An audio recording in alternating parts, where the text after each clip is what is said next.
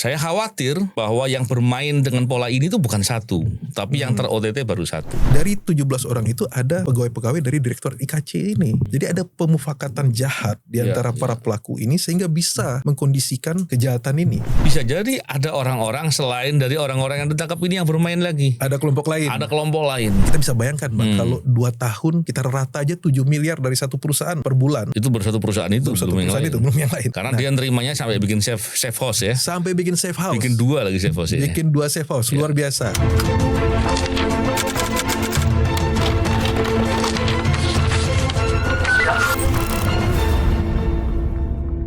Bismillahirrahmanirrahim. Assalamualaikum warahmatullahi wabarakatuh.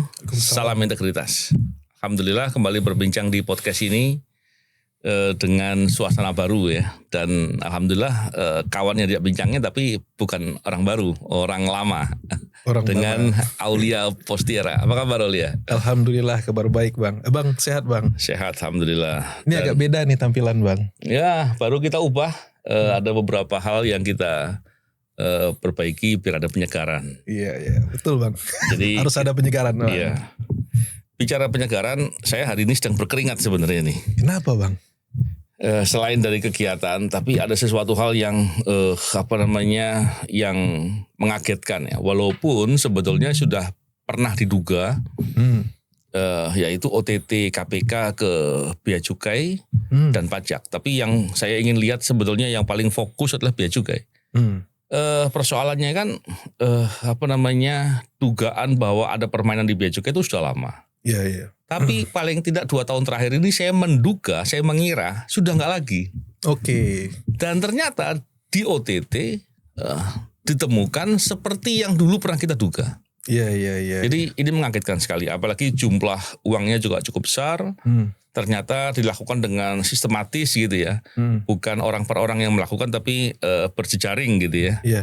Dan saya khawatir bahwa yang bermain dengan pola ini tuh bukan satu, tapi yang ter-OTT baru satu. Saya khawatir. Nah, terkait dengan hal ini, Aulia tentunya banyak perspektif dan banyak hal yang Aulia paham. Barangkali Aulia dulu bisa menyampaikan soal persoalan terkait dengan OTT di Bea Cukai dulu. Silakan Aulia. Tapi kalau soal pemahaman lebih banyak paham Abang dari saya Bang. Mungkin saya analisis nanti ketika hukumnya ya. Kalau analisis tata kelola Aulia lebih jago. Siap. Iya Bang, kita apresiasi KPK ya pertama Bang. Wajib kita apresiasi. Betul. Ini sebuah prestasi KPK di tahun 2026. Baru jalan kurang dari 2 bulan KPK sudah OTT 6 kali Bang. 6 kali. Oke, karena tadi malam baru saja juga OTT di Pengadilan Negeri Depok. Iya, wakil ketua pengadilan bukan? Wakil ketua pengadilan. Iya. Nah, sehari sebelumnya itu kemarin itu ada 2 OTT, yaitu di Ditjen Pajak dan di Ditjen Bea Cukai. Iya. Nah, tadi karena Abang bertanya di Ditjen Bea Cukai, ini cukup menarik kita diskusikan memang Bang.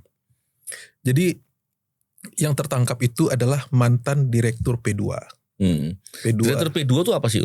P2 itu adalah Direktorat Penyidikan dan Penindakan. Oh, jadi yang inti bagian pengawasan dan penindakan langsungnya itu P2 ya? Bea Cukai. Okay. Bea Cukai. Jadi memang ini adalah posisi yang sangat krusial di Bea Cukai. Dan juga dalam tanda kutip orang sering bilang ini posisi basah Bang. Nah ini menarik. Basah keringat atau? Basah oleh siraman. Basah karena potensi korupsinya banyak gitu. Potensi korupsinya besar. Karena kewenangannya yang besar. Oke. Dan korupsi ini juga terkait dengan importasi, ya. Nah, ini saya baru berkaca dari apa yang disampaikan oleh PLT Deputi Penindakan KPK tadi malam ketika konferensi pers itu dinyatakan bahwa ini terkait dengan penjaluran importasi. Nah, mungkin kita perlu jelaskan dulu apa itu penjaluran, Bang. Iya. Sorry, kalau bicara penjaluran kan paling tidak dulu yang saya pahami ya, penjaluran kan dulu awalnya 3 kan. Iya. Hijau, kuning, dan merah. Dan kemudian karena ada masukan dan seterusnya perbaikan, maka dilakukan dengan 2, hijau dan merah. Tapi Aulia menceritakan lebih lengkap. Jalur kuning udah nggak ada ya. Udah kuning nggak ada ya. Jadi memang betul seperti Abang sampaikan tadi dulu itu sekitar tahun 2022 atau 2023, 2022 seingat saya sih. Iya. Itu ada 3 penjaluran. Jalur hijau, jalur kuning, jalur merah. Apa itu penjaluran? Penjaluran itu maksudnya adalah ketika barang itu masuk ke dalam jalur merah, maka dia wajib diperiksa. Oke. Semuanya diperiksa? Diperiksa semuanya. Nah, ketika jalur kuning itu bisa jadi atensi. Bisa diperiksa, bisa tidak. Jadi kalaupun diperiksa, tidak diperiksa, dibongkar semua. Nah, kalau yang jalur hijau itu tidak diperiksa. Nah, jadi memang itu berlaku untuk ekspor maupun impor, Bang. Penjaluran itu. Nah, penjaluran itu dibentuk oleh sistem yang namanya jadi P2 itu adalah penindakannya. Dia ada satu direktorat di Bea Cukai, yaitu Direktorat IKC namanya. Apa itu IKC? Informasi Kepabeanan dan Cukai. Nah, Direktorat IKC inilah yang mengelola informasi itu, sistem informasinya. Nah, kita berkali-kali waktu itu kita juga intens ya dengan rekan-rekan Bea Cukai ya bekerja selama ini ya. Bagaimana sih kita sempat diskusi bagaimana sih pola penjaluran itu? Sering dikatakan bahwa ini yang kerja mesin. Mesin itu maksudnya dengan machine learning, sehingga risiko ya, dia kan berbasis risiko ya Bang ya. Mesin itu berbasis risiko. Ketika mesin itu menyatakan suatu barang itu berisiko, maka dia masuk ke jalur merah. Ketika tidak, dia masuk ke jalur hijau. Berarti tidak perlu diperiksa. Nah, ini diotomasi sebenarnya Bang. Sesuai dengan sistemnya. Yang menjadi permasalahan adalah ketika penjelasan dari dari Deputi Penindakan KPK tadi malam, itu ada namanya smart targeting. Smart targeting itu adalah ada intervensi manusia sehingga targetnya bisa lebih spesifik nanti. Jadi tidak hanya mesin dengan parameter-parameter yang ada menentukan suatu barang atau suatu apakah dia parameternya macam-macam ya Bang ya. Apakah asal barang, apakah itu perusahaan, segala macam itu ditentukan oleh intervensi manusia. Nah, yang di kasus ini itu dibuat seolah di risikonya itu 70% sehingga masuk jalur hijau. Sehingga tidak diperiksa. Ini berbahaya sekali Bang. Makanya ini. Jadi apa gunanya sistem? Kalau manusia bisa mengintervensi sistem itu dan bisa mengkondisikan untuk mengambil keuntungan. Ini yang berbahaya sekali. Dan dengan membuat seperti itu dia dapat uang. Dan dia dapat menerima setoran. Nah, ini besar apa enggak sih setorannya? Nah, kalau dari jumlah uang yang diamankan oleh KPK pada saat penangkapan kemarin, informasinya adalah 40,5 miliar. Itu uang sama emasnya itu bukan? Uang, rupiah, falas, plus emas. Luar biasa Bang. Menurut saya dan menurut 40 KPK. sekian miliar, banyak dong itu ya. Itu rentang waktunya dari 3 bulan cuma Bang. Kalau dari pernyataan KPK. 3 bulan dari satu perusahaan. Katanya satu perusahaan saja per bulannya itu nyetor sampai 7 miliar. Kita bayangkan berapa omsetnya. Orang kalau mau ngasih suap kan hitung-hitung omsetnya ya Bang. Betul. Nah, ini yang menarik sekali loh. Memang tadi yang poin pertama ketika kita bicara mesin ya. Mesin kan tentunya tidak ada konflik of interest ya. Tapi manusia yang ada konflik of interest ya. Ternyata manusia yang konflik of interest ini menulari ke mesin nih dengan cara mesinnya jadi rusak. Karena diatur sama dia, karena akhirnya mesinnya jadi tidak sesuai dengan apa yang dirancang ya. Dan menarik tadi yang dikatakan Aulia soal hasil temuan KPK sementara bahwa ada uang 45 miliar sekian. 40,5 miliaran kurang lebih ya. Itu kalau di akumulasi ya. Dari yang falas, yang rupiah maupun emas ya. Nilainya kurang lebih segitu. Dan kalau dilihat itu kan uang yang dibagi atau yang diberikan dan akan dibagi. Akan ataupun yang sudah. Yang sudah mungkin belum ini ya. Belum ketahuan barangkali ya. Saya meyakini jauh lebih besar dari itu. Jauh lebih besar ya.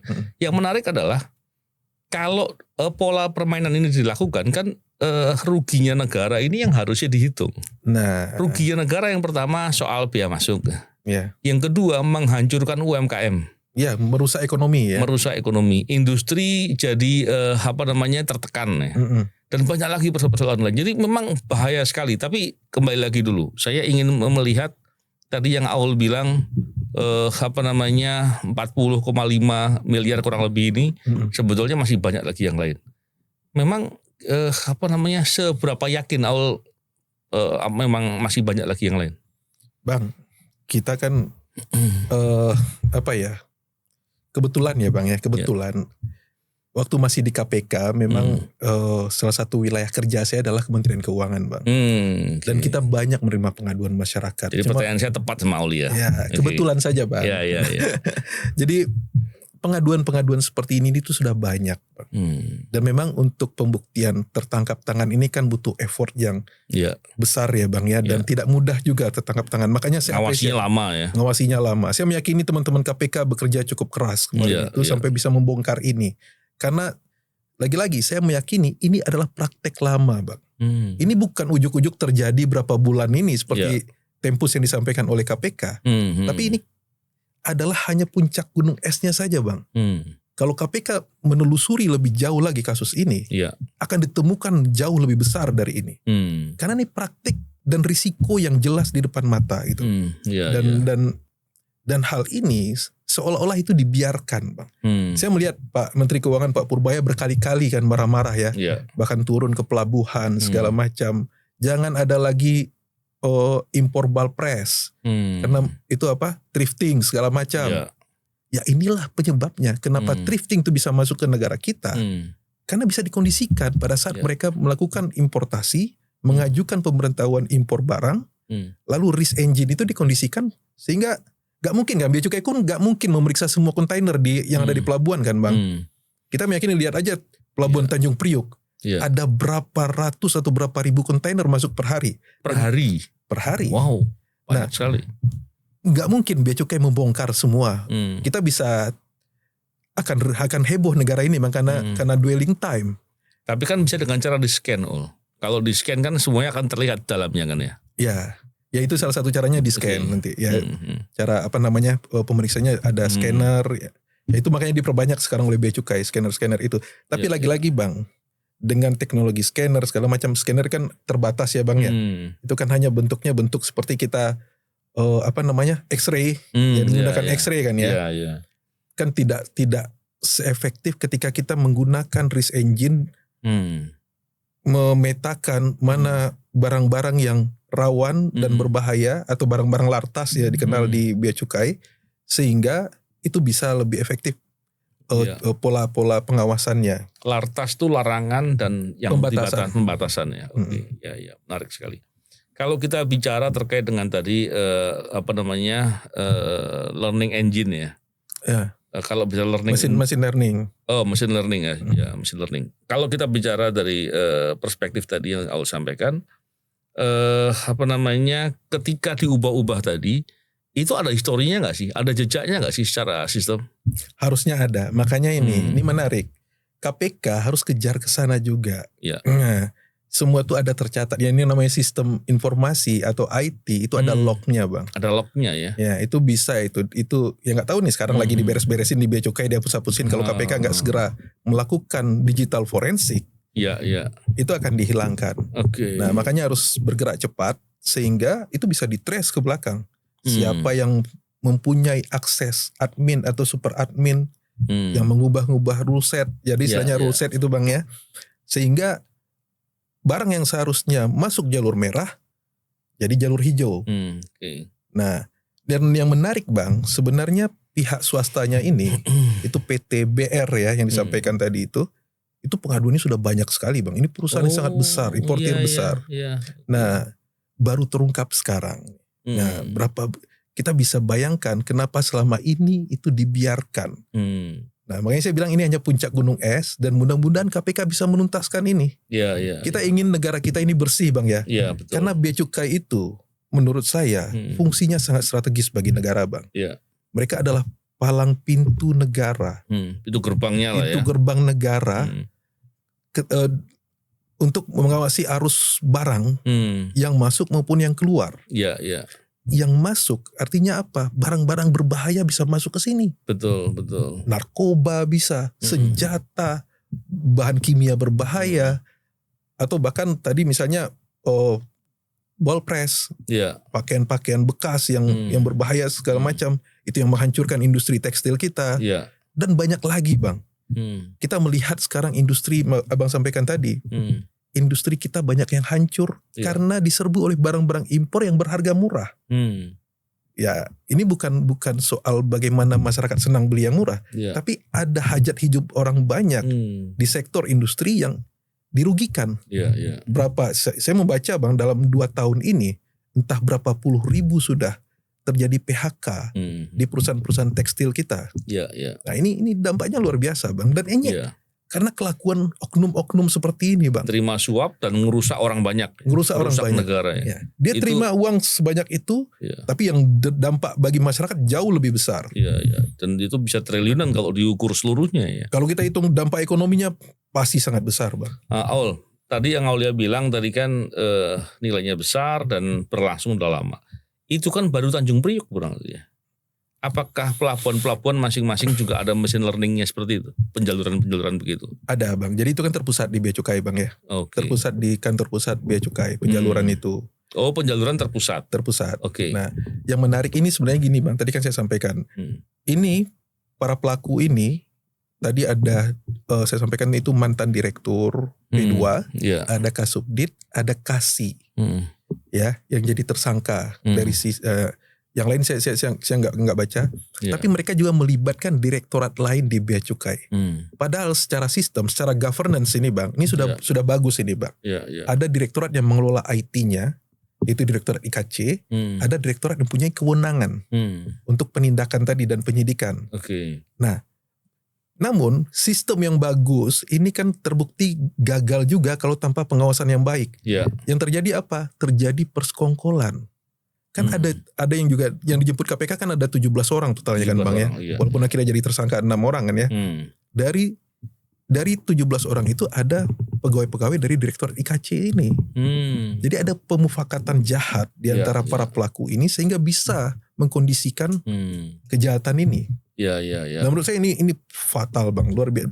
Dan ini saya juga sangat saya sayangkan. Kenapa tidak terdeteksi di Bea Cukai maupun oleh Kementerian Keuangan? Itu Bang. Menarik sekali tadi yang Aul bilang bahwa ini berhubungan dengan perusahaan yang BR tadi ya. BR dan kemudian ini diduga sudah main lama. Ini ketahuan dalam periode-periode terakhir aja, beberapa bulan terakhir aja. Kalau dibongkar pastinya lebih banyak. Bisa jadi ada perusahaan-perusahaan lain yang main seperti ini.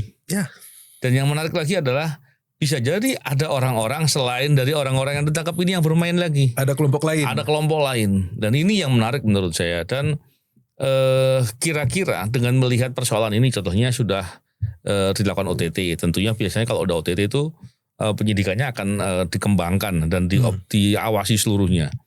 Yang menarik adalah gimana sih caranya atau barangkali Aul memberikan masukan ini walaupun kita ngomongin di podcast ya.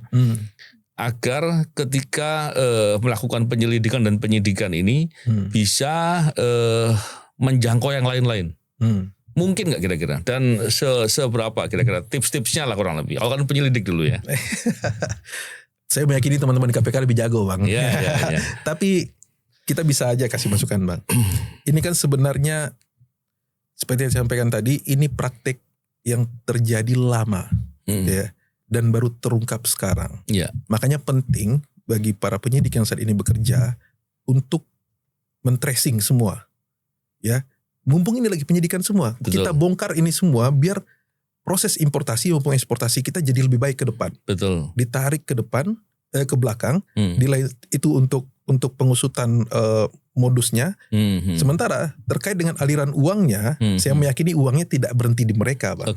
Ya, ini kan uang sebanyak itu untuk kurun waktu 3 bulan itu kita bisa bayangkan Bang, kalau 2 tahun kita rata aja 7 miliar dari satu perusahaan per bulan. Itu baru satu perusahaan itu, belum yang lain.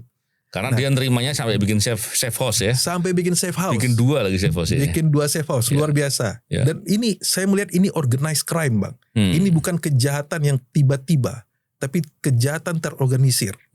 Ada orang yang mengambil duit, ada safe house, ada yang punya kewenangan, dan melibatkan kewenangan dari direktorat lain. Dan ini makanya ini harus benar-benar dibongkar oleh KPK agar kita bisa memperbaiki bea cukai ke depannya. Karena begitu banyak pengaduan-pengaduan yang masuk Bang. Terkait dengan masalah importasi maupun eksportasi. Nah, belum lagi ini masih masalah pabean Bang. Belum masalah cukai. Cukai lagi. Isunya banyak tapi selama ini bea cukai terkesan seperti resisten ya, dikasih masukan, enggak kami sudah baik kok, kami sudah benar. Gitu. Kan slogannya kan bea cukai makin baik bang, makin baik, tapi faktanya kan makin baiknya relatif loh, bisa begini, bisa begini, bisa begini, bisa meroket. Roket.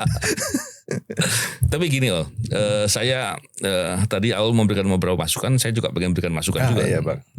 Kalau saya ketika menangani perkara yang begini, idealnya yang pertama penanganan perkaranya itu memang harus diamati dengan jeli sehingga pelaku-pelakunya itu bisa dijangkau semuanya. Karena bisa jadi ini ada kelompok-kelompok yang bermain.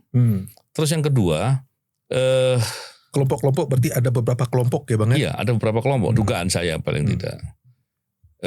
Karena feeling aja nih, feeling. Kalau ditanya dari mana, dari feeling. Feeling atau keyakinan bang? Ya, dua-duanya. Menurut keyakinan saya kata Panji kan. Kalau bicara terkait dengan perkara ini karena sudah sering dilakukan, diduga, pasti TPPU-nya juga penting. Ya, TPPU. Oleh karena itu, agar perkara ini bisa dijangkau dan dioptimalkan, maka perlu juga dilihat data-data yang sebelumnya, data PPATK, data pelaporan dan seterusnya, perlu dilakukan penyelidikan tersendiri. Betul. Dalam perkara ini, harusnya begitu. Ya, yang kasus ini jalan. Kasus ini jalan, dan kemudian TPPU-nya dipersiapkan. Dan yang kedua, yang berikutnya adalah penyelidikan tersendiri dibuat. Karena apa? Yang lain-lainnya perlu diungkap. Karena ini kejahatan yang kebangetan. Betul. Jahat sekali nih. Ya. Ini nyusahin orang banyak. Bayangin gini, kita pernah bahas di podcast ini juga, sama Aul juga kalau nggak salah, yang membicarakan terkait dengan banyaknya penyelundupan tekstil. Iya. Tekstil, garment. Tekstil itu yang kain-kain itu ya. Iya. Kalau garment yang jadi ya. Tekstil itu begitu masuk dengan jumlah yang besar, karena ya saya pikir kan ada juga orang yang bilang begini kan. Mestinya industri dalam negeri bisa bersaing dan seterusnya. Beberapa negara tertentu itu memberikan insentif yang cukup besar. Sehingga ketika dia jual harga pokoknya saja, itu dia sudah untung gitu. Ketika mau bersaing dengan Indonesia, industri di Indonesia, yang mungkin secara biaya energinya, biaya lain-lain, biaya korupsinya juga ada gitu kan. Itu bagaimana mau bersaing. Akhirnya kita lihat beberapa tahun yang lalu, paling enggak 4 tahun yang lalu, itu banyak garment-garment tutup. Pabrik-pabrik ya bang ya. PHK banyak sekali. Dan ini persoalan serius. Jahatnya luar biasa menurut saya. Belum lagi kalau tadi yang Aulia bilang, jangan-jangan juga ada barang yang terlarang pun masuk. Ini bahaya. Barang yang dibatasi kepentingannya kepentingan negara. Negara kepentingannya memproteksi kepentingan masyarakat, industri dan perekonomian dalam negeri. Betul. Tapi kemudian dirusak oleh orang-orang yang mengkhianati kepentingan negara. Ini jahatnya luar biasa. Jadi tadi yang saya berikan masukan, saya berharap KPK, saya seperti Aul tadi sampaikan, saya apresiasi sekali, tapi nggak berhenti di sini. Betul. Ini baru kasarnya kalau mau buka pintu itu baru pintu depan gitu. Masih banyak ruangan-ruangan, masih banyak kamar-kamar, bisa jadi kamar-kamar terkunci, bisa jadi dalam kamar itu ada lemari dan brankas yang perlu dibuka semua. Harapannya ini harus dihentikan kejahatan-kejahatan seperti ini. Ini kejahatan yang sangat kebangetan. Di saat negara sedang susah ekonomi, masyarakat juga banyak kesulitan perekonomian dan seterusnya, tetap dilakukan kejahatan-kejahatan begini tidak berhenti dia. Ini menurut saya kebangetan. Betul bang. Oke, sekarang kita bicara terkait dengan yang kasus yang satunya nih, Ol. Sebelum sana bang. Silakan. Nah, ini bea cukai ini, ini menariknya itu, kita tuh selalu mendengarkan bahwa alasan dari pegawai-pegawai bea cukai itu menerima sesuatu itu diantaranya adalah karena mereka ditempatkan di tempat jauh, daerah-daerah perbatasan, di Entikong, di mana sehingga uang gaji tidak cukup, segala macam kos untuk balik ke kampung halaman, sehingga mereka menerima gratifikasi yang kecil-kecil. Menurut saya itu bukan excuse bang, karena Kementerian Keuangan dalam hal ini bea cukai itu gaji dan tunjangan kinerja serta mereka juga dapat insentif cukai. Itu begitu besar bang. Kalau kita bandingkan dengan pegawai negeri yang lain. Oh gitu ya. Nah, jadi itu bukan alasan. Terus kedua mereka juga sering menyampaikan bahwa ini kita dapat intervensi oleh saya sebut saja oleh aparat penegak hukum. Gitu. Ada polisi, ada jaksa, ada tentara, segala macam. Sering disebut-sebut seperti itu. Sehingga anggota DPR ada nggak tuh? Anggota politisi. Politisi ya. Sering disebut-sebut seperti itu. Ya. Hal seperti itu akan selalu ada apapun pekerjaan kita. Dan itu adalah risiko pekerjaan. Ya. Dan disitulah integritas diuji kan Bang. Betul. Ya. Kita penegak hukum mengalami hal serupa. Abang mengalami banyak hal. Makanya di situ perlu komitmen yang serius. Betul. Kalian benar mau bekerja untuk negara atau hanya mencari alasan saja? Ada alasan nanti, itu ada intervensi dari sana. Tapi dia juga menikmati. Iya. Nah, jadi itu seolah pembenaran-pembenaran yang dibuat-buat, seolah kesalahan bukan ada pada mereka, tapi dilempar kepada orang lain. Tapi kalau seandainya mereka berintegritas, apakah bisa diintervensi? Nggak bisa. Mau diancam? Nggak bisa. Gitu. Karena sistem berjalan, pengawasan berjalan, dan orang-orang di sana juga tidak bisa dipengaruhi. Makanya itu penting dikuatkan. Makanya Pak Purbaya berkali-kali ya, kalau menurut saya sih agak kurang bijak ya Pak Purbaya ngancam-ngancam akan membubarkan bea cukai. Karena salah satu tugas menteri adalah memperbaiki institusinya. Bukan membubarkan institusi. Kalau hanya jadi menteri membubarkan institusi, siapapun bisa jadi menteri. Saya mau jadi menteri, bubarin gitu. Kurang kerjaan. Tapi benerin, perbaiki institusi ini. Ini institusi besar dengan pegawai yang sampai belasan ribu yang tersebar di seluruh Indonesia dengan kewenangan yang besar.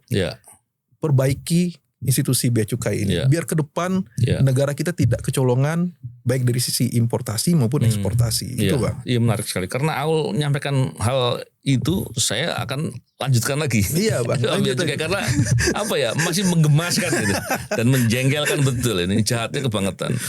Gini kalau bicara terkait dengan praktek fraud, praktek korupsi atau praktek penyimpangan dari pelayanan yang dilakukan oleh kawan-kawan di bea cukai, dalam logika saya mestinya pegawai lainnya itu paling enggak bisa menduga walaupun mungkin bisa tahu dalam konteks tahu yang dengan terang benderang, tahu dengan dugaan, tahu kan banyak hal ya, banyak peluang.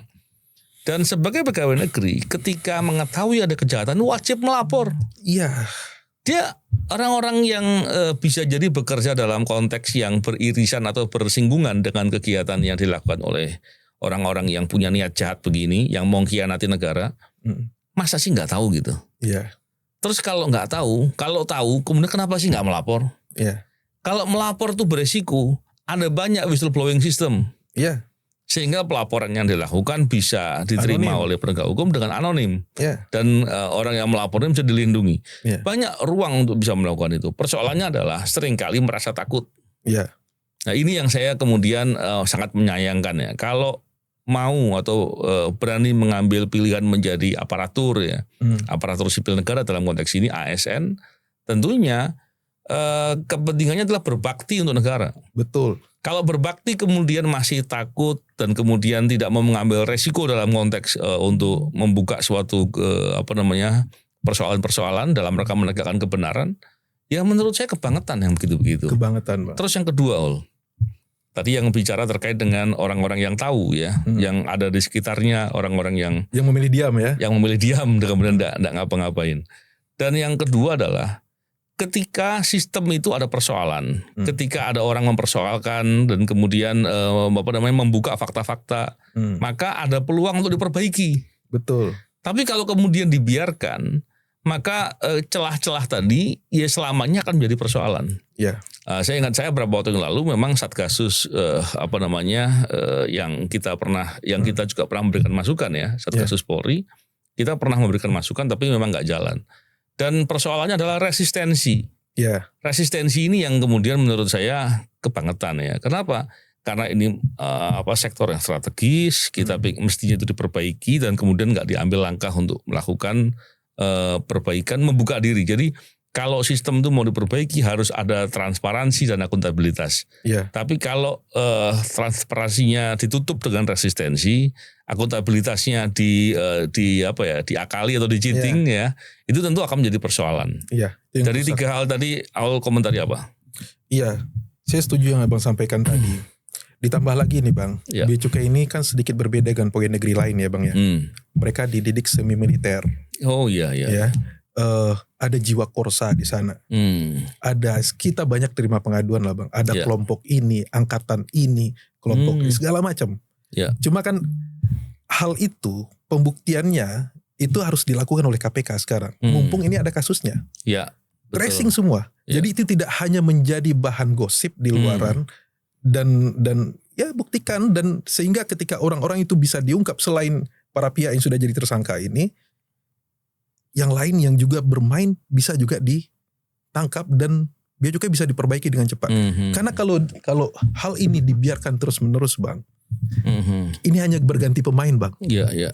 Ini kelompok yang ini ditahan, kena OTT, seolah ada gempa sedikit di Bea Cukai, tapi nanti setelah tenang bermain lagi. Iya, iya. Ada muncul kelompok baru.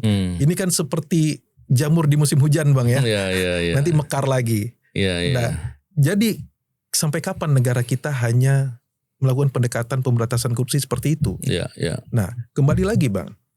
Kalau kita bicara pemberantasan korupsi, itu kan tidak hanya penindakan. Ya.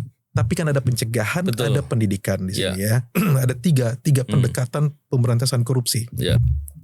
Pencegahan itu hanya akan berhasil kalau instansi yang tersebut yang menjadi objek pencegahan korupsi membuka diri dan mau berbenah. Mau berbenah, ya.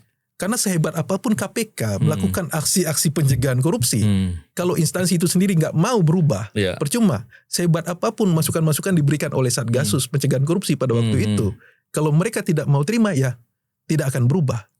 Makanya harus kembali kepada internal Kementerian Keuangan, dalam hal ini Bea Cukai, untuk serius berbenah.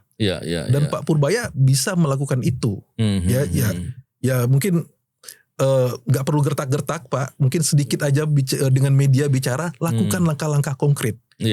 Perbaiki sistemnya, tempatkan orang-orang berintegritas, dan lakukan pengawasan dengan baik. Saya sangat berharap sekali, Bang, Bea Cukai ini bisa dibenerin, karena ini dampaknya akan besar bagi kita semua juga, Bang. Betul. Dan terutama terkait penerimaan negara ya. Penerimaan negara. Perbaiki. Awal bicara terkait dengan tadi pencegahan dan pendidikan, kan KPK kan fungsinya untuk itu. Kali ini memang saya juga sekaligus mendorong agar KPK benar-benar menjadikan target yang serius, yang strategis untuk melakukan upaya pencegahan korupsi di Bea Cukai. Dan harus dilakukan dengan apa ya, kekuatan penuh lah gitu ya. Kenapa? Karena memang praktek korupsinya yang diyakini cukup masif gitu ya. Dan yang kedua, ini sektor yang sangat strategis, terutama terkait perekonomian negara. Betul. Jadi memang ini suatu hal yang luar biasa. Jadi seandainya upaya itu dilakukan, kita berharap besok-besok tidak ada lagi tertangkap orang Bea Cukai melakukan ini, menerima suap, betul, atau memeras, atau melakukan tindakan lain. Karena gini, Bang, banyak dari pegawai negeri di kementerian lain, di pemerintah daerah itu kan iri dengan Kementerian Keuangan. Khususnya Dijen Pajak dan Dijen Bea Cukai. Mereka kan sudah reformasi birokrasi, tunjangan kinerjanya sudah cukup baik, ditambah ada insentif-insentif, tapi mereka tetap korup, dan ini berbahaya loh, Bang. Ada kesenjangan sosial di antara pegawai negeri dan ada kecemburuan sosial, dan ini berbahaya bagi negara kita. Makanya dulu memang reformasi birokrasi itu dimulai di Kementerian Keuangan. Karena memang mereka itu adalah menjaga sumber-sumber penerimaan negara dan juga menjadi bendahara negara. Nah, tapi dengan kejadian ini artinya apa? Reformasi birokrasi di Kementerian Keuangan itu perlu ditinjau kembali.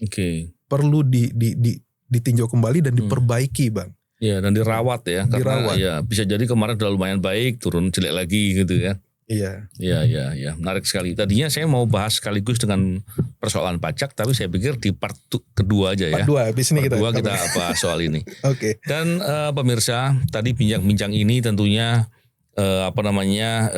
suatu hal yang sangat memprihatinkan. Saya, Aulia itu concern sekali dengan Bea Cukai. Kami juga pernah ikut dalam upaya untuk melakukan pencegahan korupsi di Bea Cukai. Walaupun kemudian banyak tantangannya juga ya. Dan kita juga pernah bekerja sama dengan mereka juga. Kita pernah bekerja sama dengan kawan-kawan di Bea Cukai untuk melakukan perbaikan. Tapi memang upaya OTT ini bagus sekali untuk membongkar fakta-fakta yang sebenarnya sehingga berbenahnya bisa dilakukan.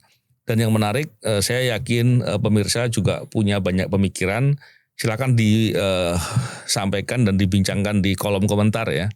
Dan yang paling penting adalah ayo kita dukung KPK. Orang-orang yang mengetahui fakta-fakta lapor ke KPK, ada mekanisme whistleblowing system. Ya. Itu di portal KPK saya kira ada kpk.go.id ya. Saya masih hafal itu. Itu bisa dilihat di situ dan tentunya dengan melaporkan semua fakta-fakta kita berharap KPK punya banyak informasi untuk kemudian bisa melakukan upaya penindakan, pencegahan dan pendidikan. Saya menyampaikan ini karena saya pernah beberapa kali ya ketika saya pergi ke daerah, saya bertemu dengan orang-orang yang berusaha dalam suatu bidang ekspor impor. Mereka banyak mengeluhkan persoalan-persoalan terkait dengan masalah yang berhubungan dengan bea cukai. Jadi saya pikir momentum ini tepat sekali untuk silakan semua pihak yang mengetahui fakta-fakta soal korupsi, soal fraud atau soal manipulasi, laporkan ke KPK. Dengan begitu kita mendukung untuk dilakukan perbaikan dengan maksimal dan yang terbaik. Saya kira itu ya. Terima kasih. Semoga bincang-bincang bermanfaat. Salam integritas. Assalamualaikum warahmatullahi wabarakatuh.